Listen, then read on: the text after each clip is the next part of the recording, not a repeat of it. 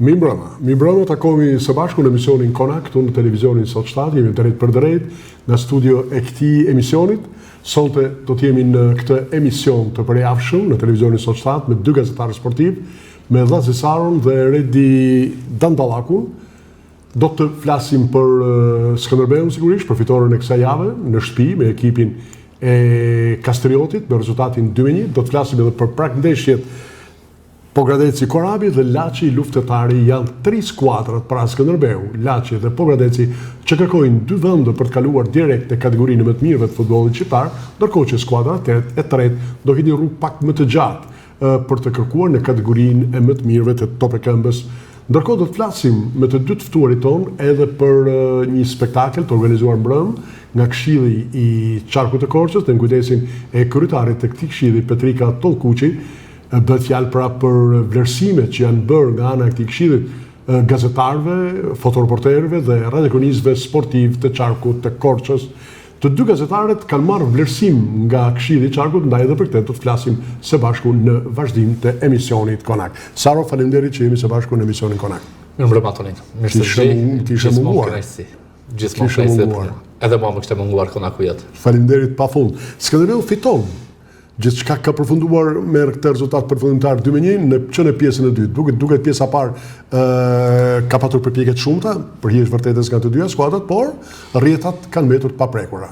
Në fakt një fitore me shumë vlerë për Skënderbeun, përballë një Kastrioti që e kishte vlerësuar maksimalisht ndeshjen, e pam me mënyrën se si u qas Skënderbeut në këtë takim, një pjesë e parë me Kastriotin shumë luftarak që nuk kursente edhe dy luftimet e ashpra, por edhe ato polemikat që ndodhen gjatë pjesës së parë, një pjesë e parë që Skënderbeu mu duk disi në pritje për të studiuar më shumë kundërshtarin sesa për të marrë iniciativën për të ndryshuar fatet e kësaj loje, ndoshta edhe për shkak të ndryshimeve të shumta në formacion nga trajneri Gjoka si rezultati i mungesave, erdhi dhe ajo pasiguri e Skënderbeut në minutat e para që i la më shumë fush kundërshtarit, ndoshta deri në 20 unë e pash që Kastrioti kishte në kontroll edhe mesin e fushës, duke u përpjekur të ndërtoj lojë, por ai super gol i Gjinit dhe goli tjetër i shënuar nga afrimi më i ri i Skënderbeu, duke se arkivuan atë 3 pikësh që u mbyll me një perë të Xhixhos. Duke qenë 2-0, a nuk duhet të kishte administruar më shumë lojë ekipi i trajnerit Ernest Gjoka, apo? Në fakt mendoj që pas shënimit të golit të parë, Gjoka u mundua të jepte hapësirë edhe afrimeve të reja, e kam fjalën këtu për Beshiraj, për të studiuar se si do të kishin atë qasjen tek Skënderbeu, si do të kishin përshtatjen gjatë këtyre ditëve, sepse edhe koha nuk ka qenë e mjaftueshme për t'u ingranuar plotësisht me mekanizmat e ekipit dhe me idetë e Gjokës, dhe kërkoj të shihte pak më shumë afrimet e reja se si do të përshtateshin.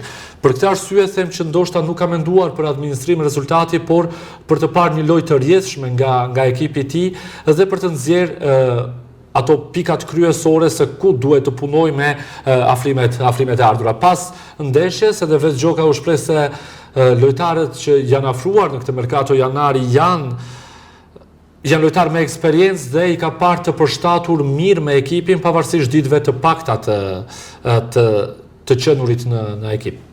Jo, kur ju thatë që ishte një ndeshje që duhej fituar me patjetër, nisur edhe nga vetë renditja ose me saktë diferenca e pikëve përpara këtij takimit, pra është 5 me ekipin e Laçit dhe 8 me ekipin e Pogradecit, por në ndeshje të tilla si kjo janë ndeshje të cilat ta ngushtojnë shpejt diferencën nëse nuk do shkonim tek fitoria.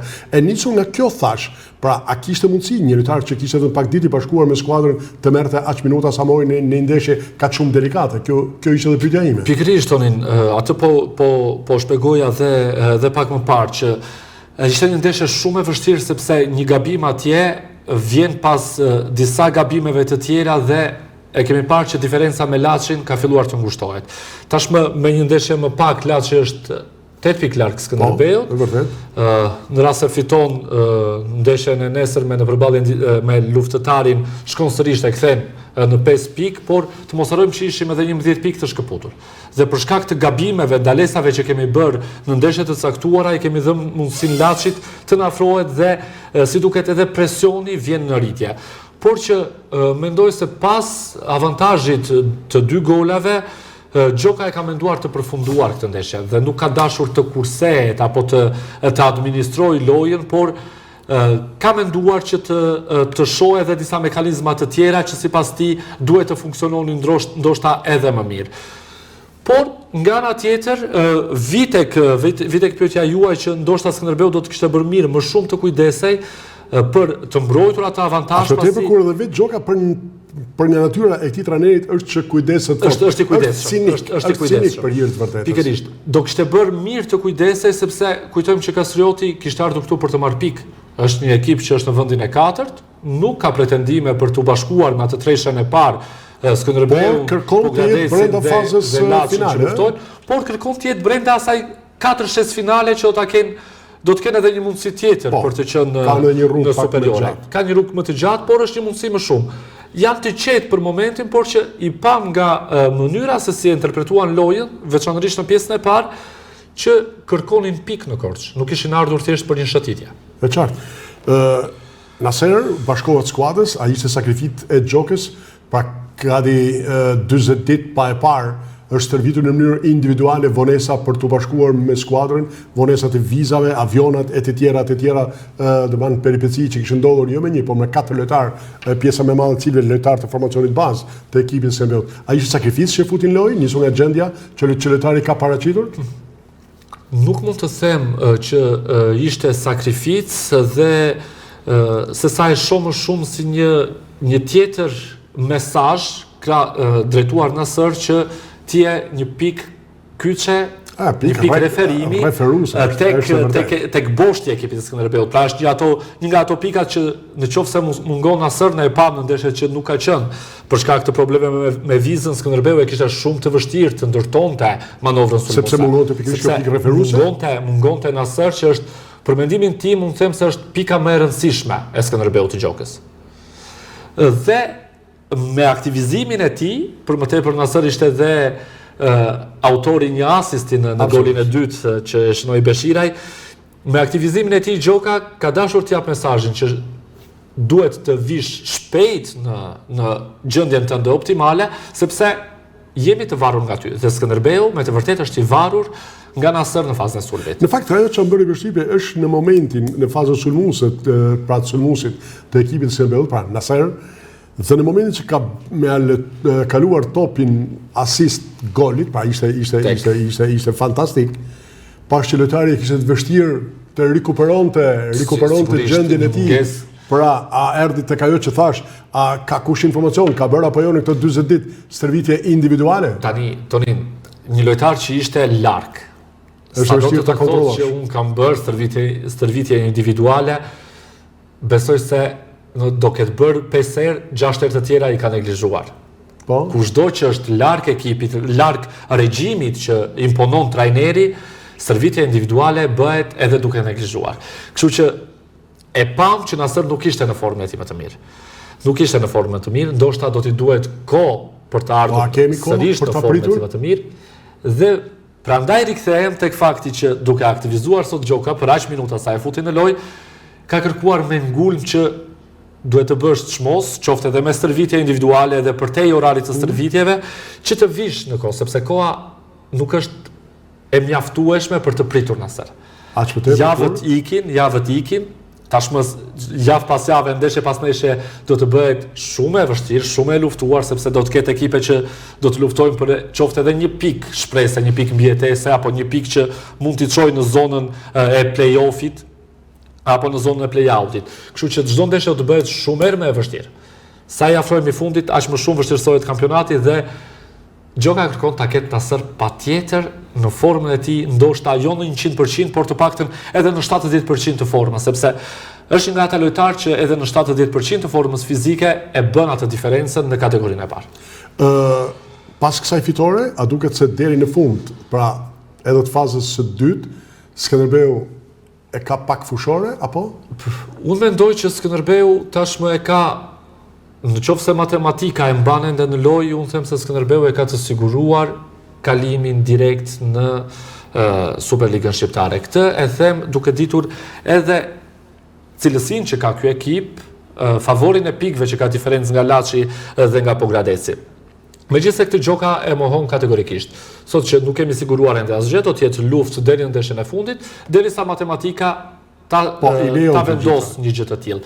E thot edhe për të mbajtur ekipin e karikuar, por që unë e shoh Skënderbeun me një këmbë në kategorinë superiore, sepse është ekipi që është më mirë i ndërtuar, me më shumë potencial dhe bën futboll shumë të bukur në këtë kategori. Sot për te mungesave të tjera nuk kemi parë dhe portierin Aliaj, pra si titullari pazëvendësueshëm deri tani. A mendoni se alternativa ka bërë mirë gjithçka? Do të jetë e vështirë të luash pa Aliaj në këto ndeshje, sepse ishte një pikë e rëndësishme Skënderbeut për te gabimeve në ndeshjet e fundit, por që do t'i mungoj për 2 muaj, besoj, për shkak të dëmtimit që ka në dorë, pa me dhe sot në ambientet e stadiumit me dorën e fashuar. Unë kam shumë besim. Ajo që më bëri përshtypje Saro, ndeshjen pra pjesën e parë të ndeshjes e kemi parë bashkë në tribunën qendrore, pra të stadiumit Skënderbeu, ndërsa në pjesën e dytë kërkova për ta parë kur e pash në pistë ishte bashkuar skuadrës. Ishte ulur në pistë. Si për t'ju thënë se jam edhe unë këtu, pjesë e juaja në një ndeshje kaq delikate si kjo? Jo, ndoshta më shumë unë mendoj tonin që nuk e mbante dot emocioni. Kur një lojtar mësohet gjithmonë në fushë, nuk e mban dot emocionet, nuk e mbajnë dot të qetë në tribunë. Dhe kërkonte të ishte sa më afër atij 4 këndësh që ai ka mbrojtur për 2 sezonet e Skënderbeu. Unë kam shumë besim tek portieri Dervishaj, është një portier shumë i talentuar, në një moshë të re, një portier që ka tentuar të luaj edhe në moshën 16 vjet, ka mbrojtur portën e kombëtares U19 vjeçarëve dhe ja ka dal me sukses. Kam shumë besim. Skënderbeu ka ofruar dhe një portier tjetër nga Ignatia Dobjanin, si një alternativë për Marko Aliajn, por që do të kisha më shumë dëshirë të shihja Dervishajn si pasuesin e Marko Aliaj, sepse me të vërtet mund të jetë ardhmja e portës së Skënderbeut. Në fakt sot ka treguar se ishte një portier me personalitet. Unë të goli nuk vëj asgjë, pra nuk kam asnjë ishte një perles që drejtohet tek portieri, por ma tepër se gjithçka, ajo erdhi edhe për shkak të gabimeve të lojtarëve të ekipit të Skënderbeut, pra vjen ajo kundërataku, siç thoni ju ish futbollistët, tek skuadra. Megjithatë, Skënderbeu në këto ndeshje të mbetura shkon në maksimum? Mendoj që i ka të gjitha mundësit për të tentuar pikët maksimale, edhe në transfert, edhe në fushën e vet. Madje Skënderbeu kemi parë që 2 sezonet e fundit më të thjeshtë ka pasur të arrijë suksese në transfer se sa në fushën e vet. Kështu që them se gjoka duhet ta ketë si detyrim që Skënderbeu të shkojë me pikët maksimale deri në fund të fazës së dytë, për ta pasur mendjen e fjetur, për të mos pasur telashet e numërimit të pikëve apo të bërit llogaritë të kundërshtarëve se si do të jenë dhe sa pikë do të grumbullojnë. Kështu që e ka të gjithë kampionatin në dorën e vet, e ka vendin e parë në dorën e vet, është vet zoti i drejtimit të këtij kampionati. Kështu që besoj se edhe gjoka këtë do të kërkoj duke e ditur dhe duke parë që ndeshje pas ndeshje nuk kërkon të ul kurse si vigjilencën nga ekipi i tij, kërkon të mbaj në tonus, kërkon të mbaj të karikuar dhe të motivuar për ndeshjen e radhës. Pogradeci këtë javë luan në shtëpi, pas fitores në transfert me ekipin e Kastriotit, këtë javë luan në shtëpi me ekipin e Korabit.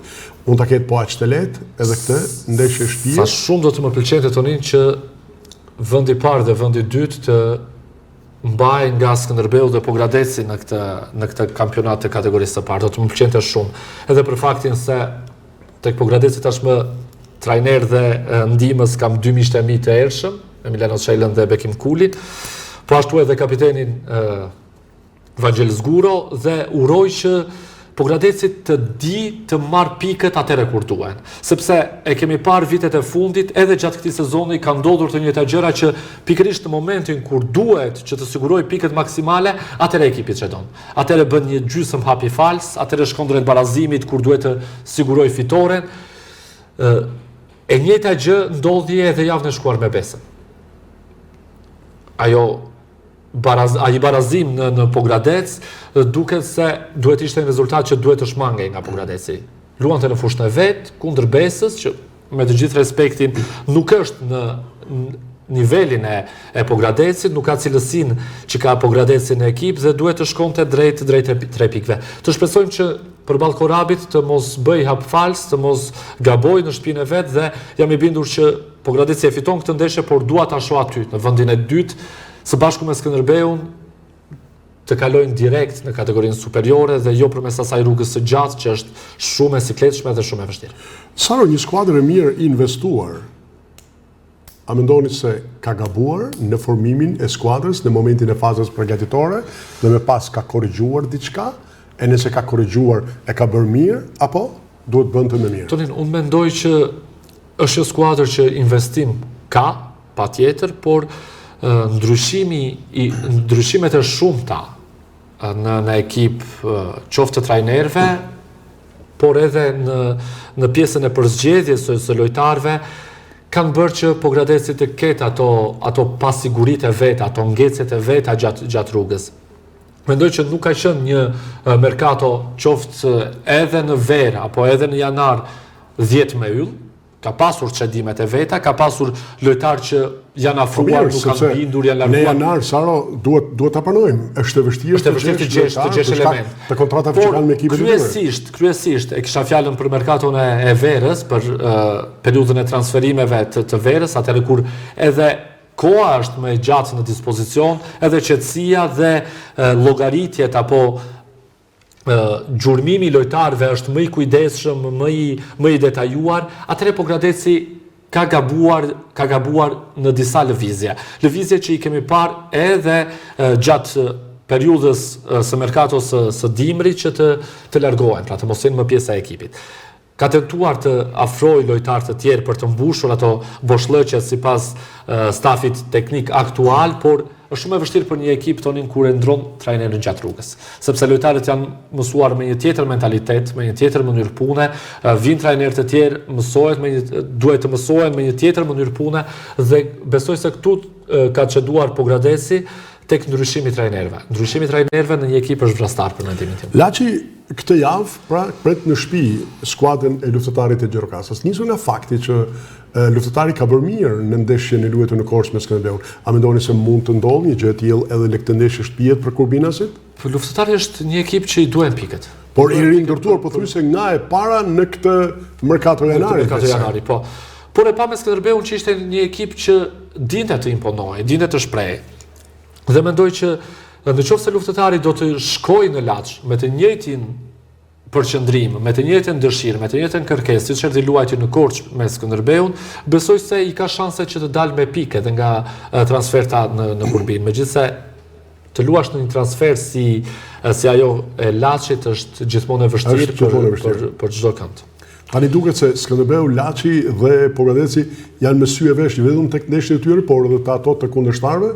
Sigurisht, përderisa diferenca është kaq e ngushtë dhe një hap fals i kundërshtarit ty të jep mundësinë që ti afrohesh, ti ngjitesh apo edhe pse jo ta parakalosh pas dy gabimeve njëra pas tjetrës, do të mendojnë edhe për ndeshjet e kundërshtarit. Pra do të jenë duke luajtur në fushë dhe veshët do t'i kenë në tribuna për të ndjekur brohoritjet ose dëgjuar brohoritjet e tifozëve për çdo ndryshim rezultati në fushat respektive. Kështu që mendoj se do të jetë një garë deri në fund. Do të jetë një garë deri në fund, nëse Skënderbeu nuk vendos diktatin në këtë kampionat, edhe Skënderbeu do të përfshihet në këtë garë treshe, pra asgjë nuk është mbyllur. Dhe mendoj se këto do jenë 3 ekipet që do të luftojnë deri në javën e fundit për atë dyshen kryesore, dyshen e parë që do të shkojë direkt në superiore. Saro, do ndalojmë pak për një hapësirë reklame, por ne do vazhdojmë të jemi së bashku në emisionin Konak. Ju lutem rregis, kalojmë në një hapësirë reklame. Jeni duke ndjekur emisionin Konak këtu në televizionin Sot Shtat. Në këtë pjesë të parë me të ftuarin ton, pra gazetarin e njohur Saro, kemi folur për atë ndeshje fituar nga ekipi i Skënderbeut ndaj Kasteriotit me rezultatin 2-1, por jemi ndalur tek Pogradeci dhe ekipi i Laçit. Reklam dhe rikthehemi përsëri në studio. Jemi rikthyer në studio, jeni duke ndjekur emisionin Konak këtu në televizionin Sot Shtat. Sonte në Konak jemi me 2 gazetarë sportiv, Vllazi Saro dhe Redi Dandallakun, me cilin do të diskutojmë në pjesën e dytë të emisionit Konak.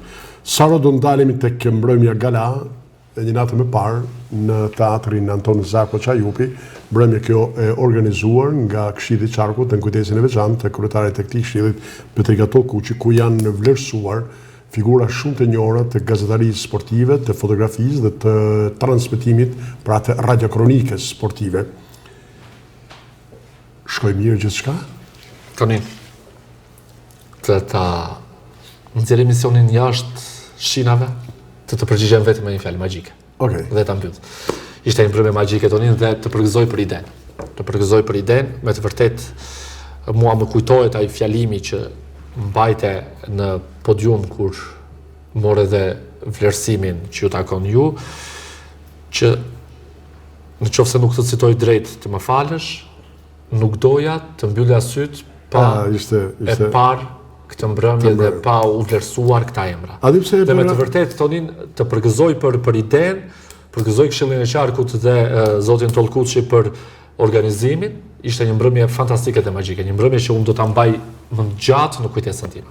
Kam qenë, më falë që po të ndërpres, kam qenë në evente të ndryshme, në rolin e moderatorit, dhe në emisione të ndryshme, po në rolin e moderatorit, apo edhe i ftuar në evente të ndryshme, por që kjo kishte një tjetër sharm.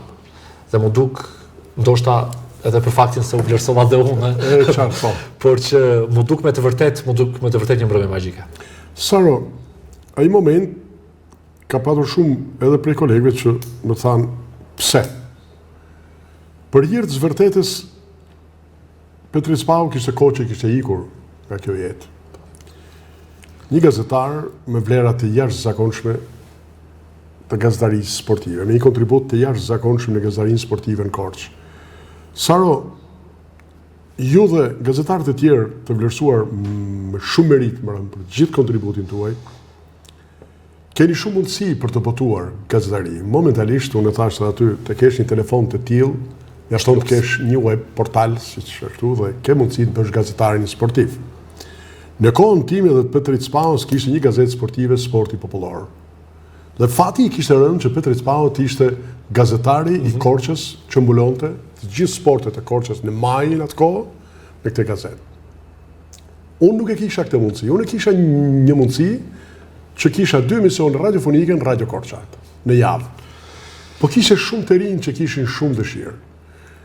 Petri Spau u largu nga kjo jetë pas një vlerësim për atë çfarë bëri. E drejtë. Niko Burda, një fotograf jashtëzakonshëm, iku nga kjo jetë pa u vlerësuar, pa thënë fotograf të tjerë. E unë e kisha si breng, po mirë, nesër rralla e largimit nga kjo jetë po më vjen mu. Por nuk doja ti nga kjo jetë pa i parë këto njerëz për të vlerësuar, e për këtë arsye isha kaq shumë i ndjeshëm mbrëm kur thash, jam shumë fatlum që nuk largova nga kjo jetë pa i parë miqtë e mi. Dhe unë pikërisht, Tonin, për ta vlerësuar. Kjo ishte arsyeja që unë u shpreh kështu. Dhe unë pikërisht, që citova ju në atë fjalim që mbajtet në momentin e marrjes të çmimit, edhe për të treguar se kjo mbrëmje, një organizim i tillë, një ide e tillë ishte më së nevojshme. Po Gradeci ka pasur gazetar me kontribut të jashtëzakonshëm. Agron Starova ka qenë njëri prej tyre. Një burr i heshtur, një burr fisnik, që ishte bashkëpunëtor, gazetar i gazetës Sporti Popullor.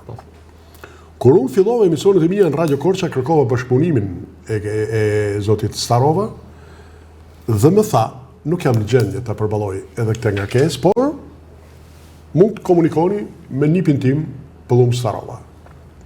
Dhe Pëllum Starova është një tjetër gazetar sportiv me kontribut të jashtëzakonshëm në Pogradec, që për fatin e keq edhe timin si ideator, por edhe të organizatorëve, duket ai për angazhimet e tjera familjare nuk ishte i pranishëm këtu.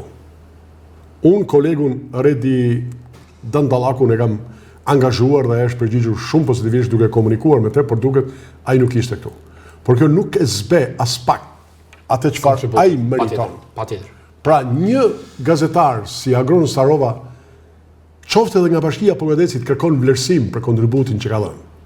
E kjo ndofta më bëri të ndjeshëm mbrëm, është për shkak të moshës, për shkak të angazhimit kaq gjatë, sepse dua të vlerësohen. Saro, gazetaria jonë ka qenë një gazetari e vështirë për shkak për shkak sepse ashtu ishin rrethanat. Patjetër tani. Kjo më bëri të ndjeshëm. Por ju vet. A mendoni se kjo gazeteria juaj është më thjesht për shkak të teknologjisë apo? Shiko, Tonin, profesioni mbetet e njëjtë. Gazetaria është aq e vështirë dhe kështu ka për të qenë gjithmonë. Por ne, ky brezi jon, pra të lindurit pas viteve 90, po them, kanë luksin dhe fatin që të kenë më shumë media, më shumë pra mundësi portale, botimit, po, më shumë mundësi angazhimi dhe një teknologji që të lejon të bësh këto gjëra qoftë edhe me një facilitet më shumë. Me atë që ju treguat, me të gjitha ato që u thanë në atë mbrëmje të organizuar nga Këshilli i Qarkut, kam kuptuar se sa shumë sakrifikonin gazetarët e atërshëm, sa shumë mundim kishin, sa shumë do të duhet të vraponin, sa në pallatin e sportit, sa në aneksin e stadiumit, sa në stadium, për të siguruar materialet, fotot, deklaratat, intervistat, reportazhet, kronikat që të ndërtonin. Kurse sot është komoditeti ai që ta bën pak më të thjeshtë, por që profesioni gazetarisë ka qenë dhe do të mbetet gjithmonë profesioni vështirë, tani, delikat.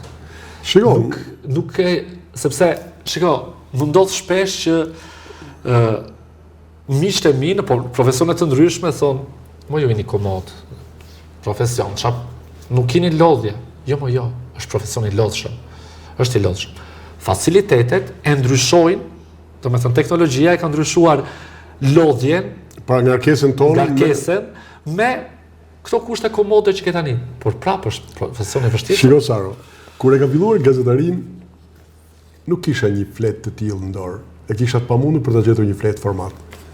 Edhe një stereolaps ishte vështirë për ta pasur, ishte komoditet. Me vonë dolën ca stereolapsa që bënin 200 lekë të vjetra.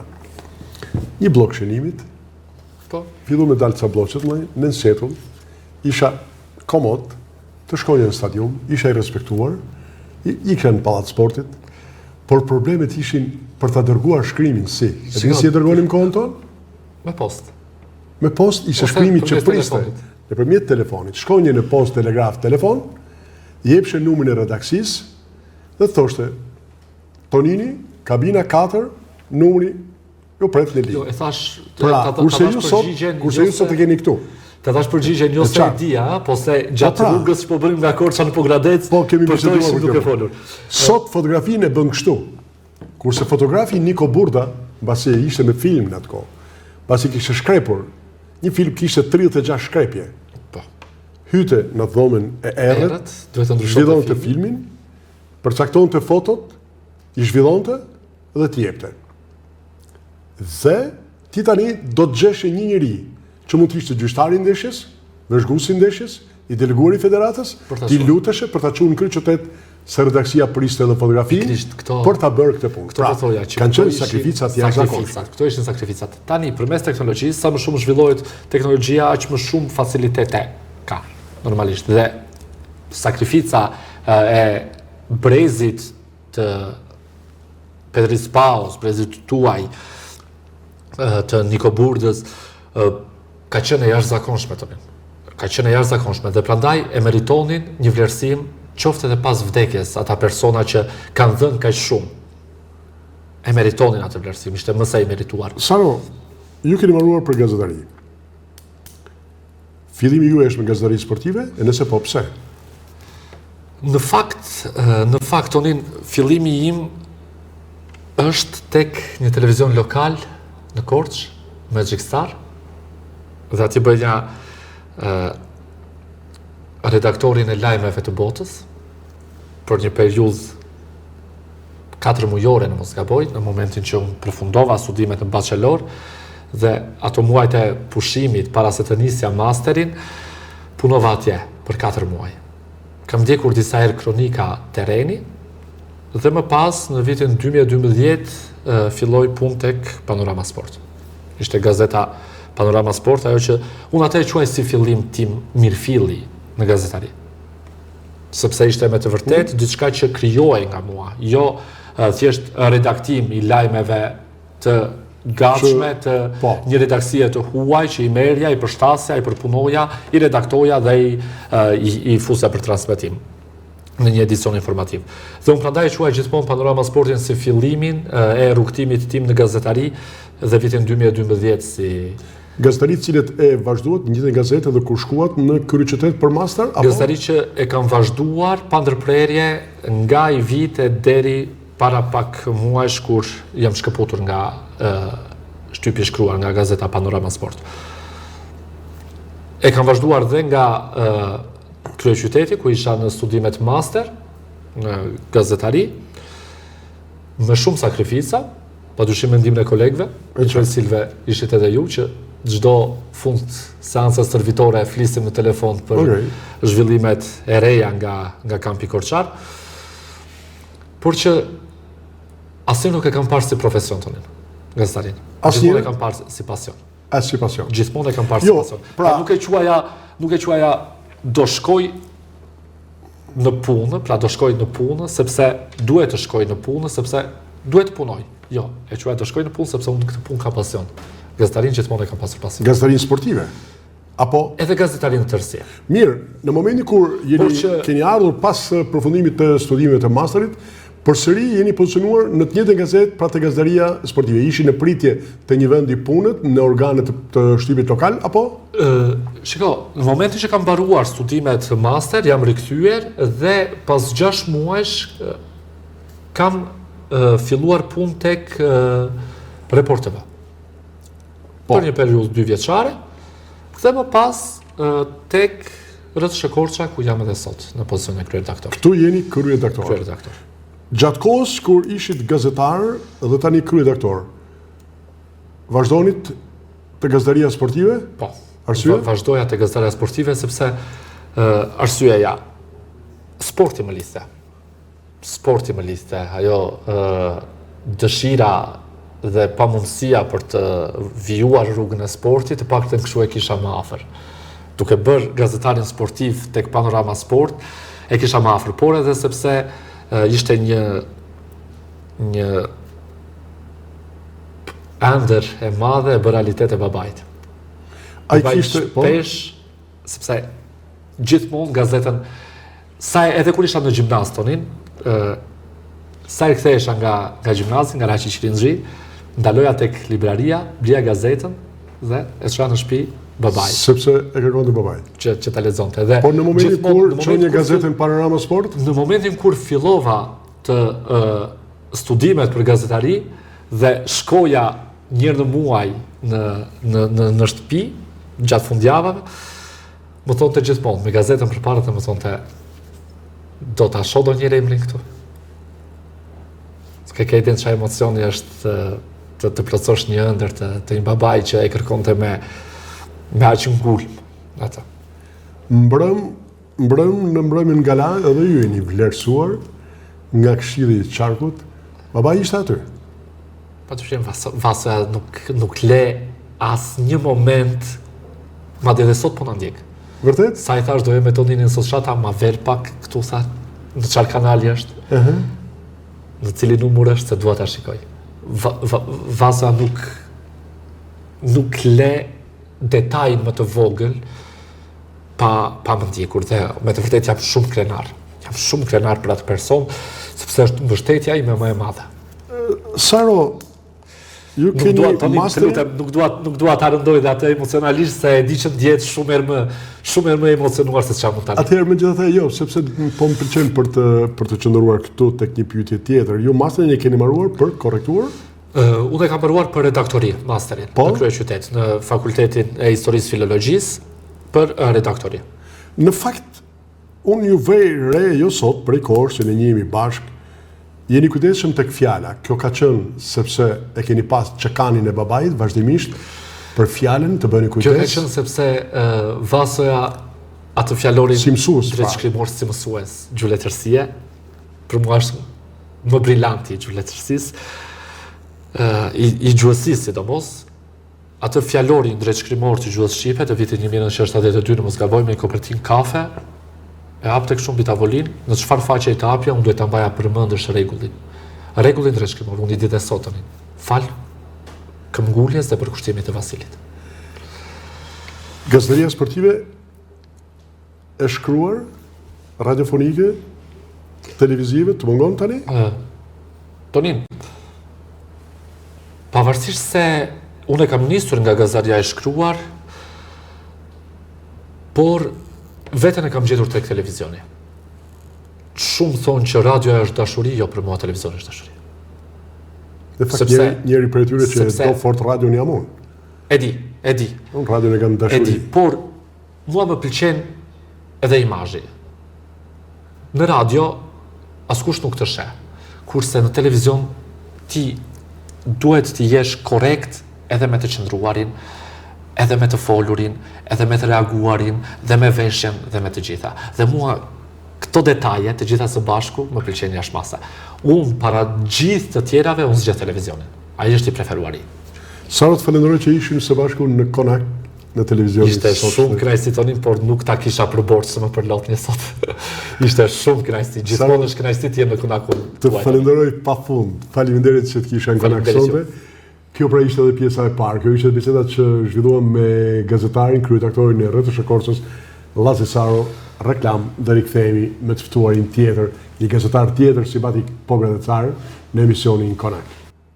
Jemi rikthyer në studio, jemi në pjesën e dytë të emisionit Konak, i ftuari i dytë është gazetari Pogra dhe Carë, Redi Dandallaku. Redi, faleminderit që jemi së bashku. Faleminderit për ftesën tonin. Si duket Pogra dhe Carë këtij sezonit? Po sigurisht që ndryshe nga vitet e kaluara, sepse kishim 2 vite që luanim kategoritë dytë, edhe ishte shumë e rëndë nga ana psikologjike si për lojtarët, si për stafin, por edhe për tifozët në veçantë. Këtë vit, që vjet janë bërë goxha investime, nga presidenti i ri që ka marrë klubin. E filluan keq për faktin sepse u bë një Keq pse? E filluan keq sepse për faktin u bë një merkato shumë e dobët. Duket sikur afruan emra të mëdhenj që kishin luajtur me kombëtarë e Nigerisë kundër Argjentinës, kundër Lionel Messit, lojtarë që kishin luajtur në Ukrainë apo ku të them unë në Arabi që kishin marrë rroga stratosferike. Po cilët e kanë domthonë një CV të tillë, por kishin një CV, por ata kishte edhe lojtarë të tillë që kishin edhe nga 6 muaj pa luajtur. Që kërkonin kohë për të ambientuar, por as që nuk e gjetën atë kohë, as që nuk u përshtaten. Fatmirësisht këta lojtarë janë larguar tashme. Diçka që më pëlqen është që trajneri Çela ka ndryrë në merkaton e janarit dhe ka ofruar lojtar shqiptar, unë jo se jam kundra tuajve, se Pogradeci ka shumë lojtar të mirë tuaj si portieri Stanic, nigeriani Danlandi, ka ofruar lojtar me eksperiencë. Flasim për Preknicaj, një sulmues shkodran, i rritur në Itali, ka luajtur me Lushnjën, ka kategorisë parë dhe me Teutën superiore. E ka treguar veten. Shanaj, ka luajtur me Apollonin dhe me Partizanin për momentin në shuazim. Georgios Leshaj vin nga kategoria e dytë greke. Mos harrojmë tjetër, sapo është afruar tash në këtë moment, jo në këtë moment, por një javë më parë, Dragoshi, ka luajtur një lojtar shumë mirë mbrojtës i datë, ka luajtur me Kuksin.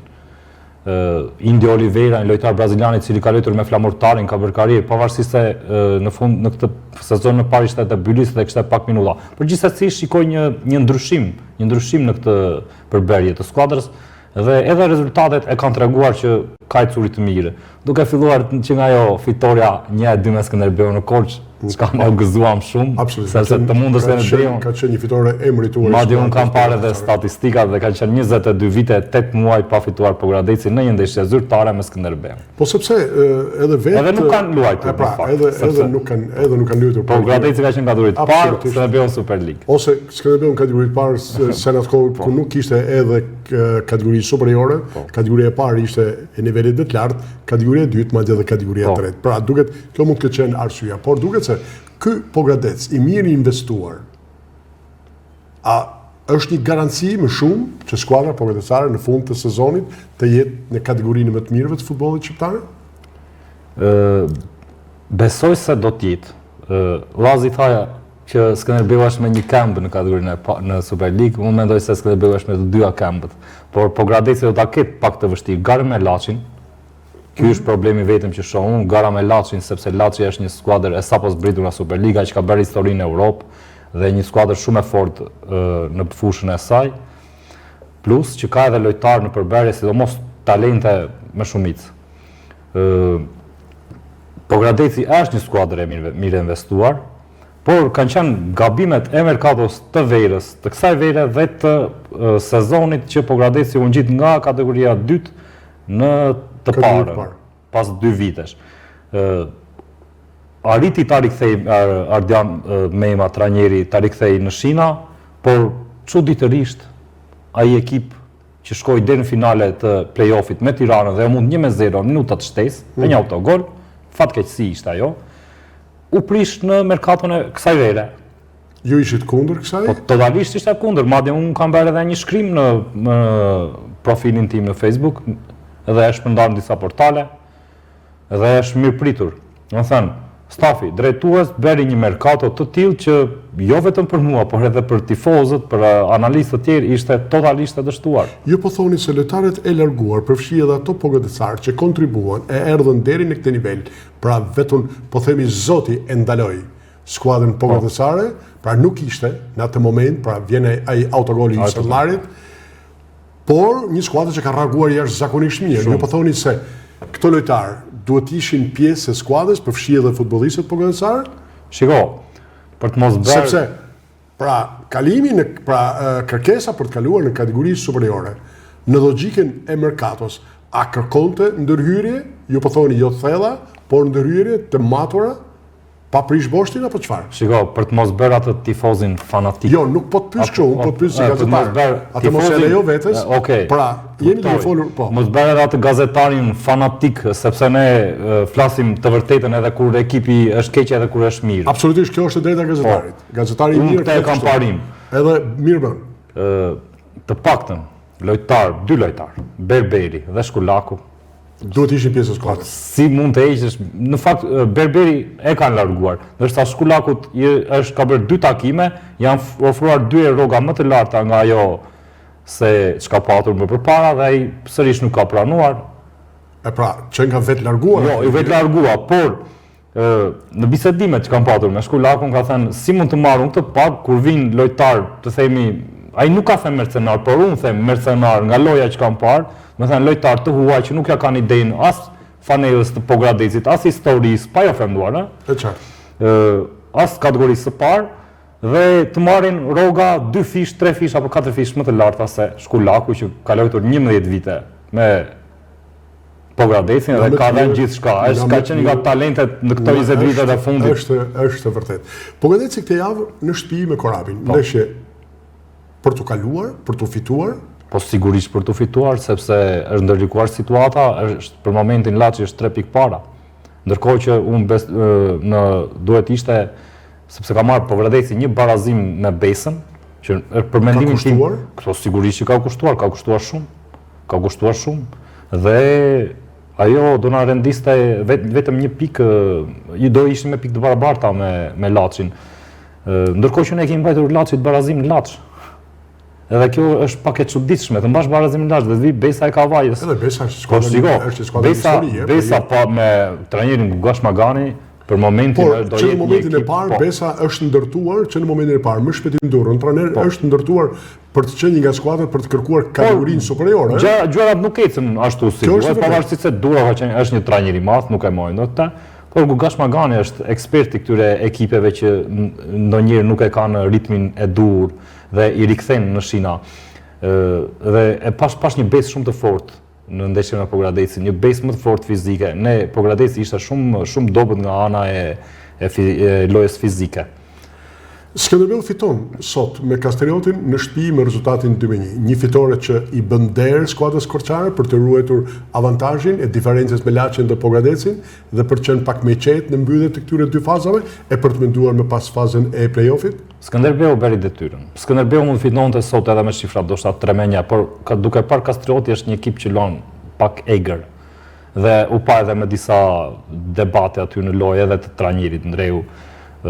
Skënderbeu, unë e thash edhe eri përsëris, Skënderbeu e ka marrë rrugën që disa javë para për në kategorinë superiore, duke parë që nga përbërja e ekipit, duke parë që nga loja që zhvillon, duke parë që nga trajneri Gjoka, që ai kishte oferta në janar për t'u larguar dhe nuk u largua. Sepse kishte një marrëveshje gentlemanësh me presidentin u tregua edhe për të vazhduar projektin. Kjo do të thotë që atje është një ekip kompakt edhe mbi gjitha duhet shtoj. Shikoj çfarë merkato e ka bërë Skënderbeu në janar, super merkato. Ka marrë lojtar nga Tirana, Gjumsi, që ka treguar veten, ka marrë Mario Beshira që u përgjigj me gol.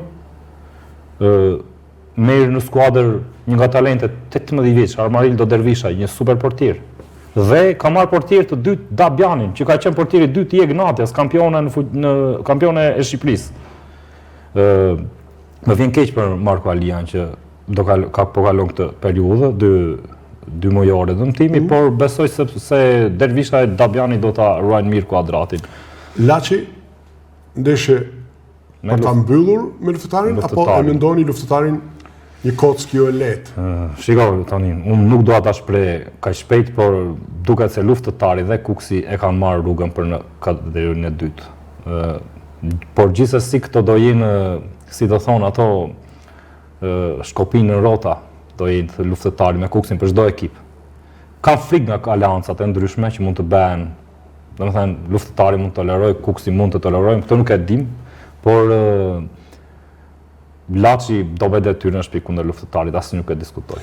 Redi, edhe ju jeni vlerësuar në mbrëmjen gala nga Këshilli i Qarkut të Korçës. Unë realisht jam ndjermirë që një gazetar i ri si ju, nuk e di sa vite keni në gazetari sportive? Prej 2019-s, domethënë bën 6-7 vjet. 6-7 vjet. Pra jeni vlerësuar nga Këshilli i Qarkut. Në çfarë rrethana jeni ndodhur në gazetarinë sportive? Së pari dua të falenderoj Këshillin e Qarkut, zotin Petrika Dollkuçi për këtë organizim. Ishte një mbrëmje shumë organizuar shumë mirë.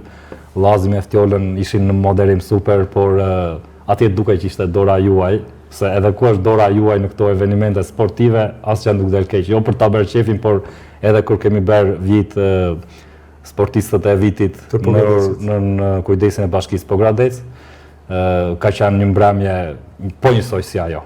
Të falenderoj. Pra, në çfarë rrethana? Unë tonin gazetarin shiko, fillimet kanë qenë që prej moshës 13-14 vjeç, unë kam lexuar Sport Expressin ku shkruanit ju. Po.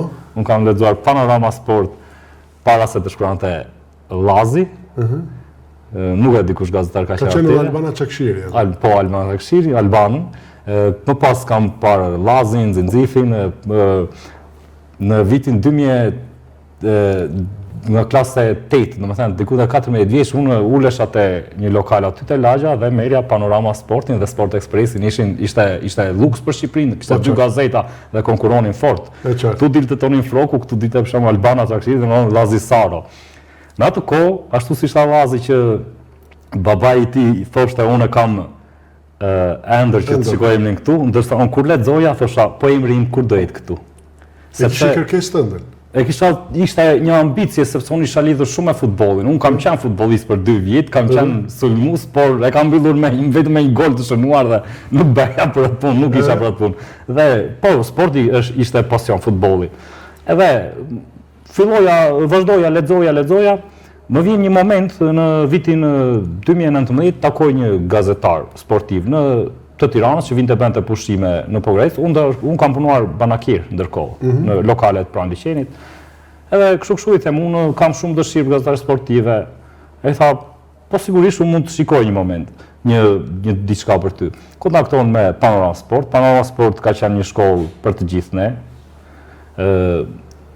Unë fillimisht e kam filluar në 2019 duke shkruar për moshat under 17 dhe under 19 Pogradecit. Dhe do të dalë te kjo letra që thatë ju. Unë e kam shumë qef letrën, edhe Stiolapsin. Për herë të parë në tetor, e mbaj mend, kam shkruar me një fletore, me kuadrate dhe me Stiolaps. 200 lekësh. Ashtu si stati. Atë që thashë. E kisha shumë qef. Domethënë nuk kam qenë dashamirës i telefonit. Madje unë me profesion ekonomist. Edhe sot e kësaj dite mbaj shënime në fret formati. E kam shumë dëshirë. Ka qenë shumë e vështirë kjo puna tuaj. Seriozisht, sepse në momentin që lojtari bënte aksionin, i kratë majt, krosonte, shënonte, në moment duhet shikoj kush e bënte golin, kush asistonte, këtej duhet ishte një ndrim, andaj mere një kartoni verdh, kupton, këtej kishte përplasje tifozësh dhe e kuptoj se sa të vështirë e keni patur si zanat. Pastaj e pash që nuk po ja dila dhe thash do merrem me telefonin i rastë rrugës tjetër. E braktise këtë pjesën e moshës tonë të rinisë. E braktisa. Si ndjehesh në gazetari? Ndjem shumë mirë tonin, ndjem shumë mirë, është për atë, si që thonë shumë veda, për mua, kjo është pasion, më shumë se punë. Për shembull, kur ngrihesh në mëngjes për të shkuar në punë në 7:30 që bie alarmi, them po të shkojmë punë si ekonomist. Ndërsa kur ka ndeshje Pogradeci, madje unë kam ndentur përveç Pogradeci që ria, domethënë 2 orë para në emocion, kur do vetë në stadium. Unë kam shkruar edhe për Partizanin, Vllaznin, Dinamon, sepse këtu ka qenë baza e stërvitjes që kalonin në fazën përgatitore gjitha ekipet dhe aty jam dashuruar me vërtet me shkrimet sportive, me gazetarinë sportive dhe dua të theksoj këtë. Ria 2 orë dhe gjysmë, 3 orë para dite dhe 2 orë dhe gjysmë, 3 orë pas dite në stadium, në vapë dhe nuk dija lodhje. Për shkak të ngarkesës së ekipit, shkoj edhe para dite dhe mbas dite sepse ndaheshin ekipet para dite mbas dite. Aq pasion e kam patur sa nuk doja televizja nga stadiumi. Nuk doja televizja nga stadiumi. Kur vinte koha për të shkuar të bëja rolin e ekonomistit, atje në mëngjes nuk ngrihesh dot. Kurse këtu mund të më dilte gjumi që në 5 të mëngjesit. Redi, në një moment, pra jeni e djali i ri në mosh, më thatë, 13, 14 vjeç, madje më shpejt keni filluar televizionin. Kërkesa juaj ishte kur unë do të shikoj emrin tim në gazetë. Kur ju e patë vërtet këtë emrin tuaj në gazetën Panorama Sport? Mund të më thuash si ishte momenti i parë, unë për momentin e parë kam shkruar, domethënë ishin 5-6 rreshta sepse aq shkruaj për moshat atëherë për 17 vjeçanë. Emri juaj ishte. Do thoshte Redi Danaraku aty madje me shkronja Kapitale. Edhe jam ndier shumë mirë edhe kam shkuar në shtëpi, kam thënë mama sime, shikoja. Ai kam thënë sepse mamaja ka qenë një shtysë e madhe për mua në këtë zanatin e gazetarit sportiv. Dhe më ka thënë gjithmonë vazhdoj, sepse ju e dini shumë mirë që sepse gazetarët e politikës thonë që ne jemi në trysni të vazhdueshme në kërcënime, jo, ti e ke provuar vetonin. Shiko. Ne kemi pas, sidomos në futbollin e viteve pas 90, futbolli ka qenë shumë i vështirë për ne gazetarët sportiv. Jemi përballur me presione të ndryshme. Absolutisht. Askush nuk e don kritikën. Edhe kemi çuar shumë stres tek prindrit tanë. Dhe për këtë duhet të theksoj që edhe kur dilte emrin në gazetë, ja çoja mamas time. Dhe ajo më jepte një shtysë, thoshte vazhdo, s'ka problem, thoshte, po unë ndoshta ju stresoj, thosha ndonjëherë kur vinin ndonjë kërcënim në thonjza themi nga aktor dhe faktor të ndryshëm të futbollit, thoshte vazhdo, s'ka gjë se kjo më shumë të rrit, thoshte. Ka profesioni këtë. Po. Në atë mbrëmje galas si u ndjeve? Jam ndier jashtëzakonisht i emocionuar tonin, të falenderoj për ftesën, për që më bere mua pjesë të këtyre gazetarëve të njohur në qarkun e Korçës. Unë nuk isha dëgjuar Vladimir Ngjelën të komentonte, por kur e dëgjova emocionova. Koçolilon e kam parë kur shkruante. Domethënë më erdhi keq për thënë asgjë sepse ata që kishte ndruar jetë, sepse nuk e dia dhe edhe ata e kam shkruar domethënë me aq pasion në qytet të vogël si Bilishti, ai shkruante me shumë pasion. Romeon e kam lexuar, Juve ju kam lexuar, Lazin e kam lexuar, edhe ti isha krah jush, ishte emocion i madh. Redi, unë të falenderoj pafund që ishe mbrëm dhe realisht unë ndjeva mirë që ju ishit aty sa e meritonit për gjithë kontributin tuaj që keni dhënë për futbollin dhe sportet e Pogradecit, por dhe për ekipet e tjera që kalojnë fazën përgatitore këtu. Por ishte klasike që kishte në emisionin Konak. Ishte hera parë, por të siguroj që do t'jeni në mënyrë periodike në emisionin Konak në televizionin Sot 7. Do flasim së bashku sa herë të kemi temën e futbollit, do jeni këtu i pranishëm për të folur për përgatitjen tuaj. Edhe një herë të falenderoj pafund. Faleminderit edhe ju, Konin, kënaq si dy fish për mua. Faleminderit pafund. Këtu pra kemi përfunduar edhe për sonte emisioni Konak. Emisioni i sotëm Konak ishte emision sportiv.